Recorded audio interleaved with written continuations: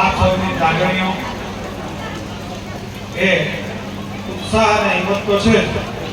અને એક ભાઈ વચ્ચે જેલમાં મળવા આવ્યા મને કે હિંમત રાખજો. હું પણ હિંમત છે બીજું આપણી પાસે છે હું ને રેવાય હું દીધું હિંમત જ છે એટલે હું તો ખટારા ભરીને લઈ જવા અહીંયાથી. એટલી હિંમત છે ને એ હિંમતમાં વધારો કરવા માટે આપ સૌ અહીંયા જ્યારે આપ પધાર્યા છે ત્યારે વડીલ શ્રી ભીખુભાઈ, પૂજાભાઈ, ભૈયા કાપુ, નસરતભાઈ, રામભાઈ વાઢેર, અસમભાઈ બારડ, મામા મનસુખભાઈ, ભાઈ ભરતભાઈ, મિત્ર નેરુભાઈ, અનુભાઈ, રાયચંદા બાપુ,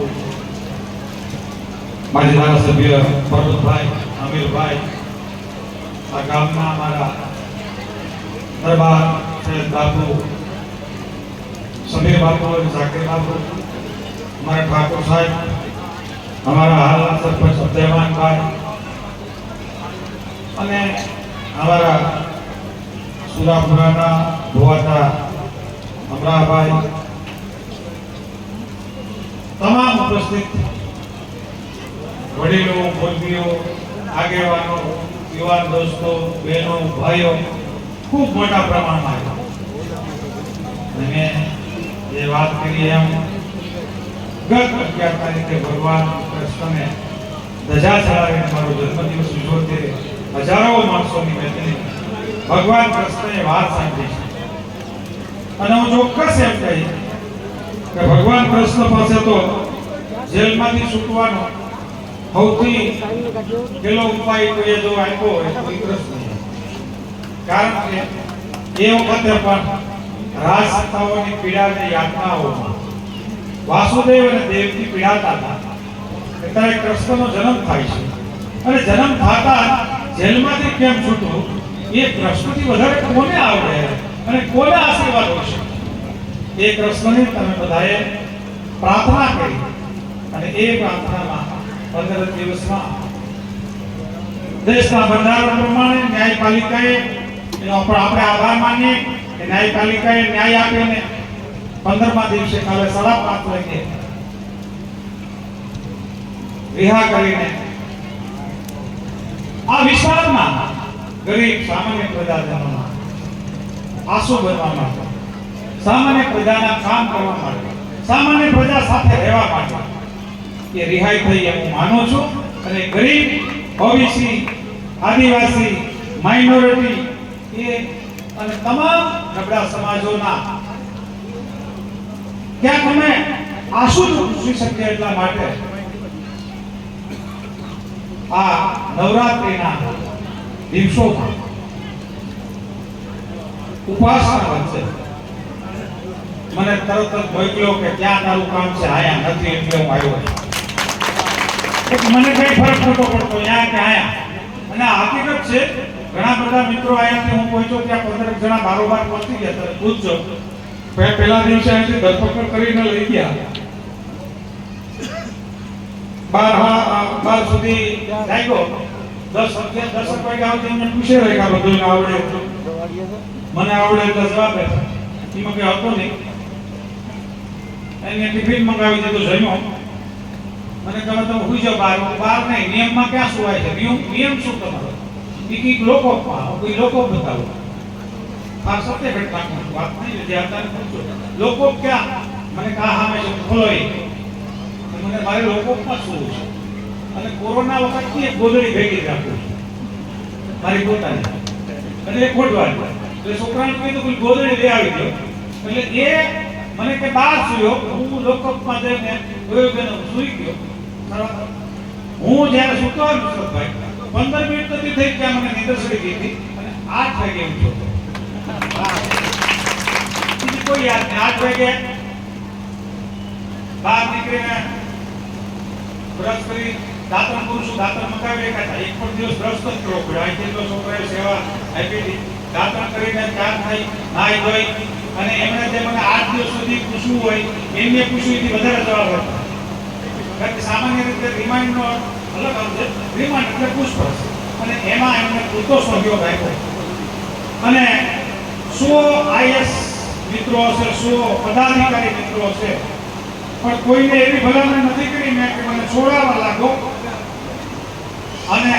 વરસાદ વધે તો અંદર આવી જાજો, બંધ થઈ જાય તો જોયું જાય. એટલી આફત તો રહેવાની, હું હશે ત્યાં રહેવાની. એટલી આફતમાં મને એવું તો ભેગા ન રહે. એટલી આફત સ્વીકારવાની સાથે કાનભાઈ આપણે રહેવાનું છે ભાઈ. બરાબર ને સરપંચ દીવરાણા? એટલી આફત તો રહેવાની. આપણે જ્યાં જઈને આફત જ તો બીજું આપણાથી મોટી થોડી આફત હોય. એટલે એ ક્યારે પણ એવી કોઈ અસર નથી થઈ જમવામાં, હુવામાં, ખાવામાં, બેસવામાં, ઉઠવામાં. અને વજન છે એમાં 1 ગ્રામે મેં ઘટવા નથી દીધો, વધારે ના આવ્યો. અહીંયા વાત થાય, ઘણાને માનસિકતા થાય. મને ક્યારેય માનસિકતા એવી નથી થઈ. મને ગમે ત્યાં રાખે, મને કોઈ દિવસ ફરક નથી પડ્યો. 15 મિનિટમાં જોઈ ગયો હોય. મારા આખા પરિવાર જાણે, મારા મિત્રો, સ્નેહી બધાને તો હું તો હોય પછી જોઈએ તો અહીં પાણી વાળતો ત્યારે ઢેફામાં હોય ને, એટલે ઢેફા જેટલો તો કડક નથી ને ત્યાં, કારણ કે ખેડૂતનો દીકરો. મને કેવી રીતે સુખી કરી શકે? મને ઢેફામાં હોવામાં વાંધો નથી. મને ખેતરની વચ્ચે રોટલા તણકો હોય ઉપર અને એ લુખો સુખો રોટલો ખાવામાં મને વાંધો ન હોય. એ મારો ઉછેર મારા બાપે બરાબર કર્યો. અને મેં મારા ભેગા 6 જણા હતા ને દાખલો આપ્યો કે એક વખત ચોમાસામાં મારા બાપાએ 82માં મને બળદો સારવા માટે શાંતિપુરા મોકલ્યો કે 30 મકાનમાં હું એકલો, દીવાની સિસ્ટમ થઈ, લાઈટ નથી. એટલે દીવો વાળીને એક ટાઈમ આવે ને કરીને એક ટાઈમે બપોરે રોટલા આવે, દેવસીભાઈ દઈ જાય. એટલે બપોરે સોરેલો રોટલો ખાઈ, પેલો ગણાવરો હાજે સોરેલો રોટલો ખાવાનો. સાસ ભેગી હોય, ચા કોફી કે ટેવ નથી અને હતી નહીં. આજે ચાની કે કોઈ વસ્તુની ટેવ નથી કે મને કોઈ દુખી કરી શકે. તો તે દિવસ 30 મકાનમાં એકલો હતો હોય, નાની ઉંમરે, જ્યારે 12 વર્ષનો હોય ત્યારે. મને તો એમ તો મને અભય મમ્મીએ ફોન કર્યો, મને કે કેમ લાગે? હું તો જેલમાંથી છૂટીને આવ્યો નથી. મને જેલમાંથી છૂટીને આવ્યો. મને કે જેલમાંથી છૂટીને તારો કાઢતા આવ્યો છે. 100 છોકરા અંદર છે, 100 બંધ બારોબાર કરે તો જેલમાં તો તારી પાસે હતો, આને ક્યાં વાંધો છે? આ જ વાતથી, આ જ હણકારથી અને સૌથી આનંદની વાત એ છે કે અમારા 5 દીકરા, 3 ભાઈઓ અને અમારા પરિવાર, મારા મહાસન, કોઈ આંખમાં પાણી નથી રહ્યું મારા. એટલે હું મજબૂત છું. એમની પાસે મારા બા અને મારા ધર્મપત્ની કે મારે પુત્ર હતો, જો આંખમાં પાણી લાવે તો ભાગી પડું.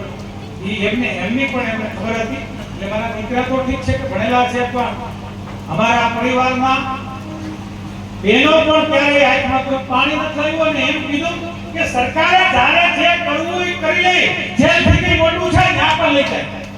આ શબ્દ જે ખબર પૂછવાયા હતા એના સાક્ષી છે ખડિયા બાપુ, ચંદ્રિકાબેન વગેરે. ક્યારેય મોરો જવાબ આપ્યો નથી અને અમે ક્યારેય આ પ્રજા માટે મોરો જવાબ આપવા માંગતા નથી. પ્રજા માટે લડવા તૈયાર છે. એક વખત જેલમાં મોકલે કે 17 વખત અમને કોઈ અમે પ્રજા માટે લડવાનું શીખવાડનાર મારા બાપ હતા. એટલે એમ કહું કે મને કઠોર તપસ્યામાં બળદનો મેં દાખલો આપ્યો તો સારવા મેં તો તેની પણ મને એમ કહેતા હતા કે તું આ રીતે કઠોર થઈને રહેજે, બાકી લોકો તને વિખી નાખશે. ડબરો સનો થા, અમે ઊભો રાખે, અદબ પડાવે. સરપંચ થઈ ગયો પછી પણ એના સાક્ષી છે ખડિયા બાપુ જેવા ઘણા. અમે ન બોલાય અને બોલે તો પકડતું ઘાટ કરી દે. જ્યારે ગામના સારી રીતે વાત કરે એમાંથી હું શરીર આવ્યો. એના જેવો કોઈ કડક અધિકારી મેં જોયો નથી. અને એ કડક અધિકારી મને ત્યાર કરેલો છે. એટલે એની મને વારસામાં કોંગ્રેસ આપી, એમણે વારસામાં મને સનાતન ધર્મ આપ્યો. એ કોંગ્રેસ અને સનાતન ધર્મ માટે પણ સેલુન લોહીના બૂંદ માટે લડીશ. કારણ કે મારા લોહીમાં મને આપેલું છે. પાર્ટી પણ મને તો હું તો એમ કહીશ કે મારા બાપે લોહીમાં આપેલી છે. એ ભણેલા ગણેલા હતા, ગાંધીવાદી વિચારના હતા, સમજદાર હતા. સાણંદની પરીક્ષા પાસ કરી તો તલાટી કે એ વખતના શિક્ષક હોત. અને કોઈ મીડિયા વાળાએ એવું કીધું હતું કે એના બંગલાઓ ને મકાનો ને ખેતરો ને બધા હીરાભાઈ કર્યા.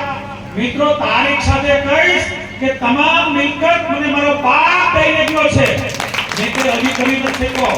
હું એમ કહીશ કે મેં રામપરાની 25 વીઘા જમીન મારા બાપા ગયા પછી વેચી, મેં 11 વીઘા જમીન નર્મદાના રાજપીપળામાં વેચી, બાપા ગયા પછી 17 વીઘા વેચી, 10 વીઘા લીધી. એટલે મારા બાપ મને દઈ નહીં ગયો.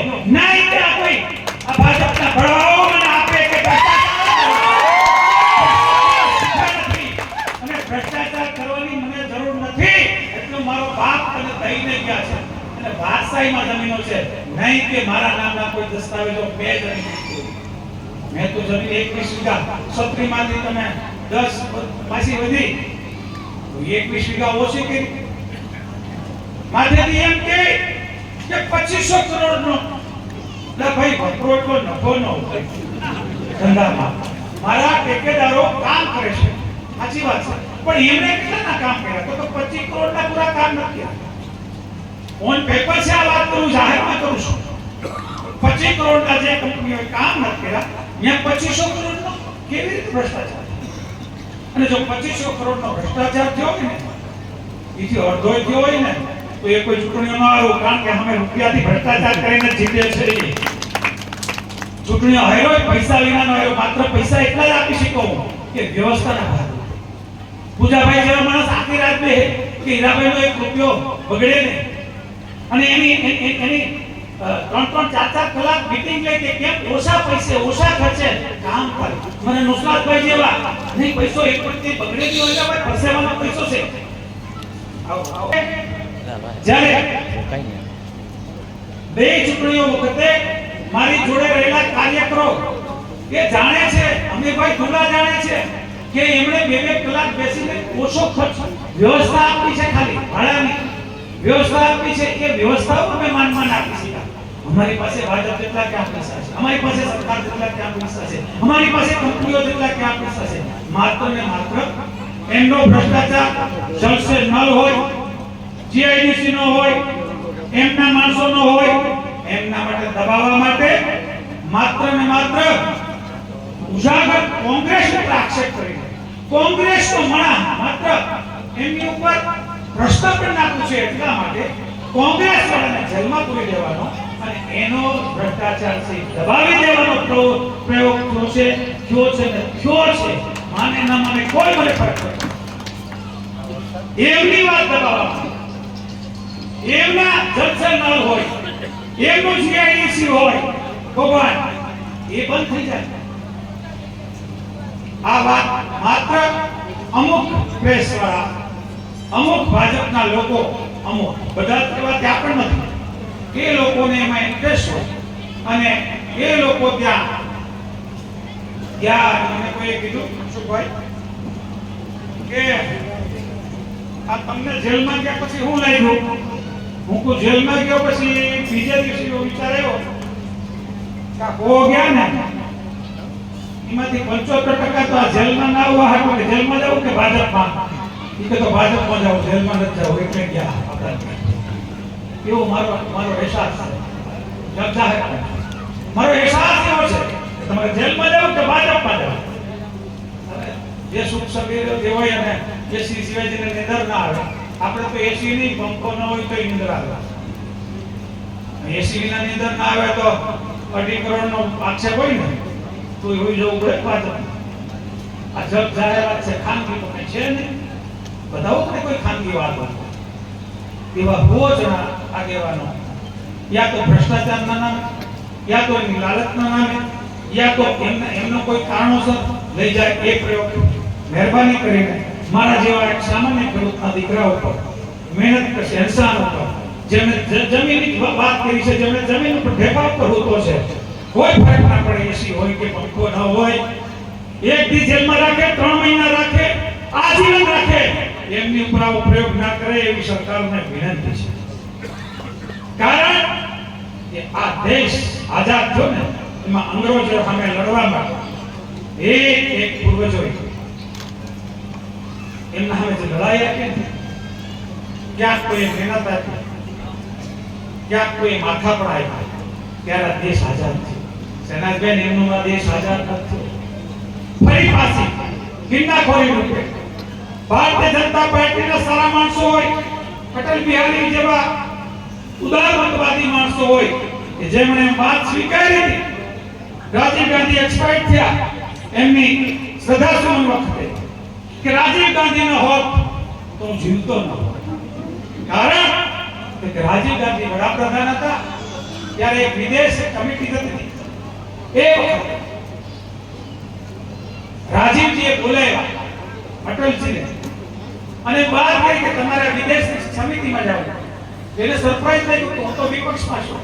કે વિપક્ષમાં છો પણ દેશના છો, લોકશાહીના.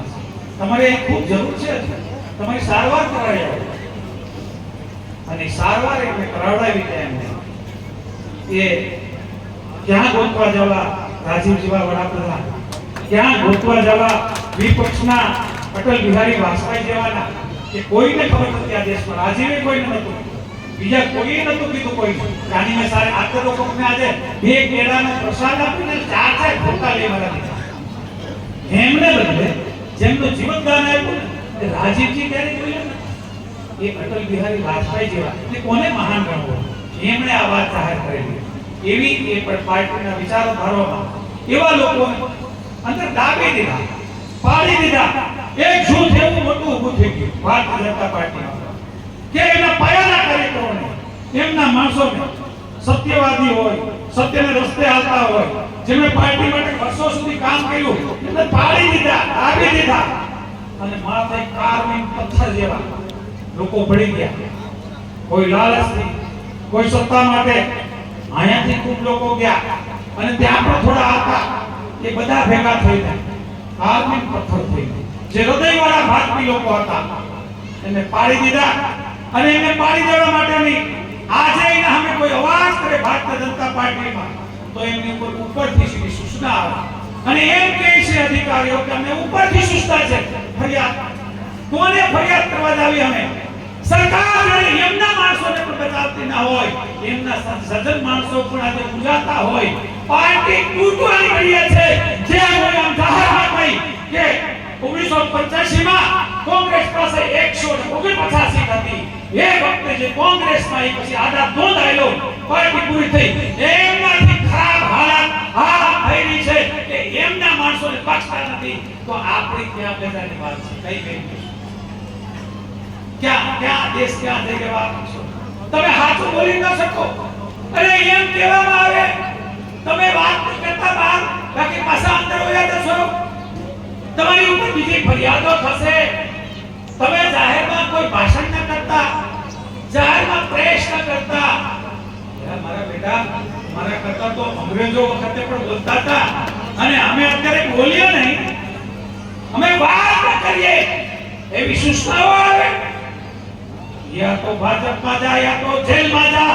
અમને મંજૂર છે કે જેલમાં જાઓ, પણ અમે ફરી ગરીબ માણસોને મદદ કરવાના ને કરવાના. એ અમારા બાપના સંસ્કાર છે, અમારી પાર્ટીના સંસ્કાર છે, અમારા ધર્મના સંસ્કાર છે, અમારી ભારતીય વસ્તુની સંસ્કૃતિના સંસ્કાર છે. એ સામાન્ય ગરીબ માણસની મદદ કરીને પડખે ઊભું નાના માણસને એ ન હોય તો જીવવાની શું જરૂર છે? કોઈ ચોક્કસ કીધું છે કે 100 વર્ષ ઘેટાની જેમ જીવવા કરતા 5 દી પર સિંહની જેમ જીવવું. જીવવું તો સિંહની જેમ, અને એમ જ જીવી છે તમને ખાતરી આપું. મિત્રો, આ વાત જરા કામની કરી લઈએ કે મેં વાત કરી એમ 25 કરોડના કામ કરે અને 2500 કરોડની વાત કરે. વાત કરી તો કે બે કંપની એજન્સીઓ છે એ 19 લાખની ચોરી કરી એ ઓનલાઈન થાય છે. એમાં એમ દર્શાવ્યું કે 20 કરોડનો ભ્રષ્ટાચાર થઈ શકે.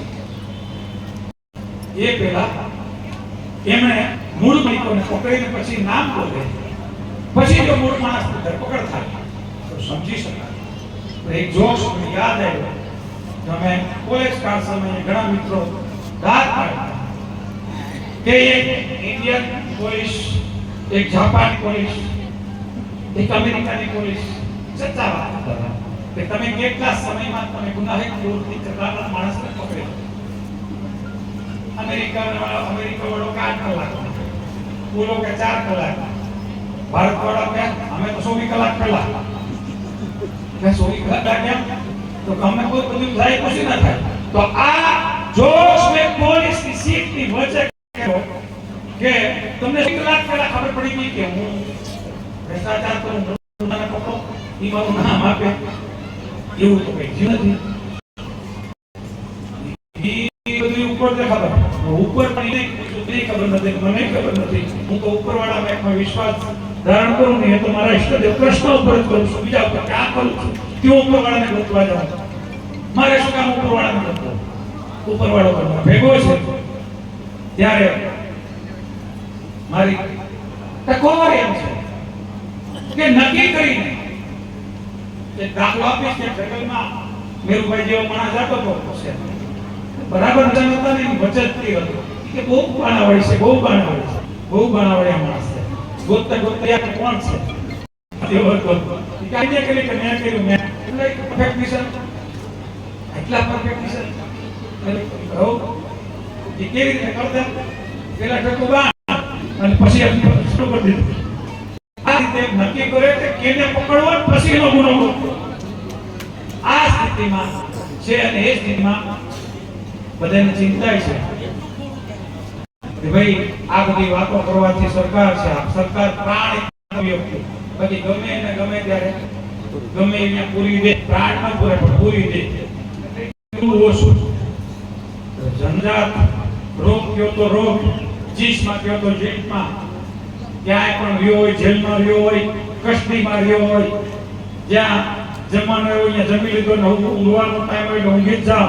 ગમે અધિકારીને જવાબ દેવામાં એટલું ચોક્કસ કે હું કોઈને નાનો નથી સમજતો, તો હું કોઈને એટલો મોટો સમજતો કે આ હીરો આ ગામનો સામાન્ય દેવી પૂજક વાત કરતો હોય કે દેશના રાષ્ટ્રપતિને વાત કરે એ પણ હરખી ભાષામાં મારી ભાષામાં જ વાત કરી, એ હીરો છે તમારી વચ્ચે. એવા રાષ્ટ્રપતિ પણ આવેલા, રાજ્યપાલ પણ આવેલા, ના તો કોઈના પ્રભાવમાં આવ્યો છું ત્યારે એટલું ખાતરી જીવીશ કે ગમે એવો સમરબંધી હશે, ગમે એવો અધિકારી હશે, આતો જવાબ દેવાયેલો છે, એ જવાબ આપવાનો છે. એમનાથી કઈ કોઈથી ન થાય એ કરે, મારાથી તો સત્યની વાત થાય એ જ કરી લોકો માટે. અને સામાન્ય મારી વાત એમ હતી કે આ એજન્સીઓ છે એ પણ તમને કહું કે એમનું કામ શું તો મટીરીયલ સપ્લાય કરવાનું. મટીરીયલ સપ્લાય એટલે તમને આ એક લેપ મુકાયો, વેપારી લેપ આપી ગયો, 15 રૂપિયામાં સહી કરાવી ગયો, ભાઈ તમે અહીંયા લગાડો કે તમારે ઘરે લગાડો એ તમારો વિષય છે. એમ એજન્સી સરપંચ તલાટી ટેકનિકલી સહી લીધા પછી મટીરીયલ એને આપી દીધા પછી એ મટીરીયલ ક્યાં વાપરે એ એની જવાબદારી છે, નહીં કે મટીરીયલ એજન્સીની. એમને સહી કરી દે છે અને એ પછી એની ઉપર આક્ષેપ કે ઓછો હતો મટીરીયલ. અને ક્યારે એક લેમ્પની વાત કરી તો લેમ્પને આયુષ્ય નથી હોય, અંદાજ દાખલા તરીકે 100 કલાક હાલે, સતત હલાવો તો પણ ગળે ટપડ્યા. જેમ માણસના મન શ્વાસ નથી હોય છે, માણસના શ્વાસ લેમ્પના કલાક નથી. પેવર વર્ષે એ વર્ષને તૂટે છે, લાગટ તૂટે છે સિટીઓમાં. આ કામ છે ના હતા માટી મેટલના રસ્તાના મિત્રો માટી મેટલના રસ્તા. એની ઉંમર કેટલી? 1 વર્ષની. તપાસ કેટલા વર્ષ પછી આવે? 3 વર્ષ પછી. 3 વર્ષ પછી તપાસ આવે માટી મેટલના રસ્તા. 2-3 ચોમાસા જાય પછી એની તપાસ કરે. ક્યાં સુધી તપાસ? 5 દિવસ. વિસાવદરની ચૂંટણી ચાલુ થાય, સુપાસી ગ્રામ પંચાયત ચૂંટણી ચાલુ થાય, 5 દિવસમાં નક્કી દે અને નેતા એટલે મારા સમર્થન ચોક્કસ છે. અને આ કોઈ ધંધો દારૂ 2 નંબરનો નતો મારા. આ દેશ કોઈ પણ ધંધો છે, કોઈ પણ વ્યક્તિ કરી શકે છે, એવું નથી કે હું નથી કરી શકતો. મારે એવું કારણે કહ્યું કે બીજાના નામે કર્યો, આક્ષેપ શું છે તો લેવડ દેવડ.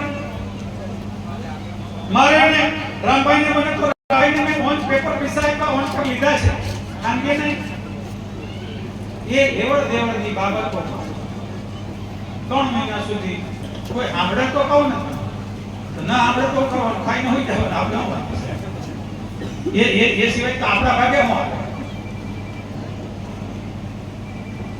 અમુક મીડિયાના મિત્રોને પણ વિનંતી કે જે ગામમાં કામ થયા તેના સરપંચ તલાટી જઈને પૂછે કે આ મટીરીયલ છે ક્યાં વપરાણ, કઈ જગ્યાએ વપરાણ. એમને પૂછો ત્યાં છે કે નહીં રસ્તા? હાલો એમને તો એક રીતે રસ્તા તો છે. એવી કઈ ટેકનોલોજી છે એ પણ સમજાવે ના. એ કશું જ નહીં, એટલું જ નહીં પણ દશક કલમ જેમાં ઘણી સ્કૂલો બિલ્ડિંગો પડી ગઈ, બ્રિજો પડી ગયા, માણસો મરી ગયા, એમાં નથી લગાડી. એવી કલમ માટી મેટલના રસ્તામાં લગાડી અને માટી મેટલના રસ્તામાં લગાડી એવડો હાવ ઉભો કરાવો કે જેથી કરીને સામાન્ય રીતે ન્યાયપાલિકા એમને એક ટચ જ ના કરે ચાર્જશીટ સુધી. અને એક્ઝેક્ટલી ચાર્જશીટ જોઈ તો ખ્યાલ આવે, ચાર્જ જોઈ તો ટ્રાયલનો સવાલ છે, ટ્રાયલમાં તો ટકા નિર્દોષ થવાની વાત છે. પણ તે દિવસ જે હોય આવું જે કામ કર્યું છે એમના માટે પણ જે લોકો મીડિયા મિત્રોએ આજે જે હોશે આરોપોમાં રણાઈ હોશે નિર્દોષતામાં જોડાય એવી મારી વિનંતી છે. કારણ કે લોકશાહી છે અને સોતો સ્તંભ છે પત્રકાર મિત્રો. તો જ્યારે કોઈ દોષિત હોય ત્યારે જેટલા ઉત્સાહથી આવે એના અડધા ઉત્સાહથી જ્યારે નિર્દોષ થાય ત્યારે એમની પણ એમના માટે એમને પણ કુટુંબ છે, પરિવાર છે, આવું છે. એ માટે મીડિયાના મિત્રોને મારી વિનંતી છે કે એમના માટે થોડો ઉત્સાહ રાખવે કે ત્યાં કામ થયા કે કેમ. સાઈડ ઉપર જાય, જેમની પાસેથી સહી છે એમને પૂછે, એ ગામને પૂછે. અને તો મને એમ લાગે કે એમાં ચોક્કસ ક્યાંક ને ક્યાંક વધારે સારો ન્યાય મળી શકે અને લોકો જે ઈચ્છે છે વિપક્ષ પાસે અને ચોથા આધાર સ્તંભ મીડિયા પાસે કે લોકશાહી ટકાવવાના માધ્યમો બને, લોકોને ઉપયોગી થાય. એટલે વિપક્ષને પણ વિનંતી કે એમણે સક્રિય થવું પડશે. સરકાર માને ના માને પણ મીડિયા મિત્રોને કહેવા અહીંથી વિનંતી કરું કે તટસ્થ રીતે એમની તપાસ કરે, કોના નામ અને આવી કલમો જ્યાં લોકો ગુજરી ગયા ક્યાં પણ આવી લગાડી કે કેમ એનો પણ તપાસ કરે એવી મારી વિનંતી છે. કારણ કે તમને સ્વતંત્ર લખવાનો અધિકાર છે, લખો છો સારી વાત, અમને સ્વતંત્ર બોલવાનો અધિકાર છે, પણ અમે બોલીએ પછી હું શું છે એ પણ તમે જોવો છો. તો મને એમ લાગે કે મીડિયાએ, વિપક્ષોએ, આમ જનતાએ તે સાથે જોઈ તો હું તો એમ કહું કે ભાજપ હોય કે કોંગ્રેસ પણ સજ્જન માણસો છે, ઘણા સજ્જન માણસો કે કોઈ પુષ્કળ આપ્યો છે, એના નામ લેવાની જરૂર નથી. ગુજરાત આખાની નહીં કે 2 જિલ્લા બાદ સજ્જન માણસો ભારતીય જનતા પાર્ટીના પર સજ્જન માણસો આવા કે દુખી છે એ વાત હું સ્વીકારું છું. ના એવું નથી કે એમાં કોઈ સજ્જન નથી, પણ ક્યાંક વિપક્ષ ના થોડા લોકો મીડિયા જેમને ખરેખર સિરિયસ થવાની જરૂર છે અને સાચું બોલવાની પણ જરૂર છે. એ એમને પણ વિનંતી કરીએ. મારી વાત લાંબી કરવા કરતા છેલ્લી વાત, કારણ કે હમણાં તો જેલ મગજમાં છે તો જેલની વાત કરી. સૌથી પહેલા આપણા સનાતન ધર્મના ઈષ્ટદેવ એટલે કે રામને સજા થઈ હતી વનવાસની, એટલે કે આજની ભાષામાં તડીપાર ફોર કન્ટ્રી, તડીપાર ફોર સ્ટેટ, તડીપાર ફોર ડિસ્ટ્રિક્ટ. હવે કોઈ એમ કહે કે ના બાપાએ કરી, ને બાપાએ ના સજા નથી કરી, સજા રાજાએ કરી, દશરથ રાજાએ. કારણ કે રાજા સવારે ન જાણે જાનકી નાથે સવારે શું થવાનું, રામના તિલક કરવાનો, અને સવારે એમને વનવાસ ગયો, એટલે કે સજા રાજાએ સજા. એટલે બાપા તો ખરા એ માનવું જોઈએ પણ રાજાએ કીધું એટલે એ વનવાસ ગયા. ત્યારે એમને આપણે પ્રેરણા આપી, એમને ધાર્યું રાજા પાસે વિનંતી કરી મને થોડા રસોઈયા આપો, થોડા ટેન્ટ આપો, થોડી આર્મી આપો, હું જંગલમાં ટેન્ટ નાખીને ત્યાં મને કેવા કે ખામ આપણે વર્તમાન સેવા એવા ખામ બનાવી દો થોડા. તો એમને એમ ના કહ્યું, એમને બનવા એ છે એમ કીધું કે મને લોકો ક્યાં મારું મેન્યુઅલમાં હું છે લોકો પાછું નથી જોતી તારી સુવિધા. એમ રામે રાજાના બાપ પાસે સુવિધા નથી લીધી અને એ એકલા ગયા હતા કે એના ભેગી મોટી આર્મી આવી શકે, રસોઈ આવી શકે, એટલું જ નહીં, અન્યાય થાય છે. રાજકીય માણસોએ સમજવા જેવું છે રામના ઉપર. જ્યારે એમના બાપાને કાગળ ન લઈ ગયો, બાપા ભલે મને થોડીક વાર કર્યો પણ થોડીક આર્મી મોકલ, અને મિત્ર રાજાઓને કહ્યું કે મને આર્મી મોકલે, મારે લંકા લડવા. એમણે આર્મી ઊભી કરવાનું ચાલુ કર્યું. સુભાષે તો હમણાં કર્યું અંગ્રેજ વખતે પેલી આર્મી ઊભી કરવાનું કામ રામે કર્યું અને માણસો ભેટા ને તો વાંદરાને ઊભા કરી દીધા અને એના રાજ્યમાં લંકામાં રાવણને હરાવ્યો હતો. કારણ કે જ્યારે રાજ સત્તા અધર્મ અને અન્યાય છલોછલ થાય ને ત્યારે રાજ સત્તાનું પરિવર્તન ચોક્કસ હોય એ રામે આપણે શીખવું છે. કૃષ્ણ કાળમાં કૃષ્ણના મા બાપ છે શું કામ જેલમાં રહ્યા હતા? વાસુદેવને દેવકી તો કે રાજ સત્તાની યાતનાઓને પીડાઓ માટે રહ્યા હતા અને યાતનાઓને પીડાઓ ભોગવતા હતા. એ યાતનાઓને પીડાને દૂર કરવા માટે રાજ સત્તાની એટલે કૃષ્ણ જેલમાં હતો. કૃષ્ણએ ગોપીઓના માથા છોડ્યા નતા, એમની મટકીઓ એમને નથી ખોડી, એમને મોટો જીએસટી ને ખોતો. ગોકુળ ઉપર મથુરામાં જાવ તો જીએસટી નતા, ટેક્સ લેતા હતા. ટેક્સ વિરોધ એમણે ગોવાળ મંડળ શરૂ કર્યા હતા કૃષ્ણએ, અને ગોવાળિયાના જે મંડળો હતા એમને એમ કીધું કે આપણો દૂધ બંધાય આપણે મથુરામાં ન જવું જોઈએ, આપણે ટેક્સ ન ભરવો. કોઈ પેલો પડવો કર્યો તે કૃષ્ણએ કર્યો જીએસટી વિરોધ. હમણાં તો 8 વર્ષ સુધી ઉઘરાવી દીધા જીએસટી. 8 વર્ષ પછી માફ કર્યા નહીં કે બસ જ થતું. એટલે 8 વર્ષ તમે લૂંટા એનો અફસોસ કરો છો. તમે લખ્યું હતું એક અટાણા સુધી એક સીટ પર મેં કરી નાખ્યું કે તમે 8 વર્ષ સુધી કરતા. બાકીના બધા એને એનો ફોટો આપીને કે એમને ઘટાડ્યા તો 8 વર્ષ કોંગ્રેસે ઘટાડ્યા. મને બેટા એમ કે કોંગ્રેસે તો તમે કેટલા વર્ષથી સત્તામાં છો? તો કે 12 વર્ષથી. આ જીએસટી વિધો કરે તો કે 8 વર્ષ પહેલા તે ઘટાડ્યો. કેમાં ઘટાડ્યો? ઘીમાં. તો તમે ઘીમાં હુકમ નહીં ખબર. આજે સર દૂધ દહીં સાસ મતલબ 700 આઈટમ અમૂલ એમાંથી 500 માં બધી તેની આઈટમ તો દૂધમાંથી દહીં થાય, સાસ થાય, પનીર થાય, માખણ થાય, હલવો થાય, આ થાય. એમાં બધા અને એને મોટા મોટા બનાવો અને કોઈ બોલવા જ નથી. બોલે તો અંદર જાય અને ભાઈ જાય તો 90 દિવસ રહેવાય કે એવું બોલે કે 90 દિવસ જવાનું અંદર. આ વાત વાસ્તવિક છે ને એ પેલા પ્રશ્ન તોડી. કારણ એના મામા કંસતાની રાજ સત્તાનું ઊંચું હતું પરિવર્તન. કારણ પીડાને અન્યાય થયો. આયા વધારે છે ને આજુબાજુના લોકોને ખબર છે સોલંકી રાજમાં હતી અન્યાય થયો. રામનવગણ આશરો આપ્યો હંમેશને માટે. રાજા જ આશરો આપતા હોય બરાબર ને દાદુ બાપુ? એને બદલે એક આયર આશરો આપ્યો રાજા. અને રાજાને એટલું જ નહીં, રાજ પરિવર્તન કરીને પાછો બેસાડી દીધો હતો. એનો દાખલો આ જિલ્લાનો છે. કારણ કે અન્યાય હતો એના સામે ન્યાયની લડત. આજ સુધી જોઈએ ને કોકને પૂછે કે રામ તો કે રામ વખતે કઈ રીતે મૈત્રીમાં દગો હતો. કોઈ એમ કે મંથરાએ સડાવ્યા હતા. એટલે ભાઈ કઈ કે મંથરા હતા પણ આખરે તો માણસ જ હતા ને. તો તેથી મંથરા તો હવે મંથરા નથી એવું લાગે તમને? તેથી કઈ હતી ને હવે નથી એવું લાગે? કૃષ્ણ વખતે જરાસંઘ, શિશુપાલ કરતા તેથી આજે નથી દેખાતા તમને? હે દીકરાના બલિદાન દે, દીકરાને જેલમાં નાખી દે. તે દિવસ દેવાજ ગોત્ર હતા, પાછા તેથી હતા ને. આજે પાછા નથી. એમને સમજવાની જરૂર છે કે લોકો માટે જ્યારે લડાઈ કરતા હોય ત્યારે ટેકો આપે.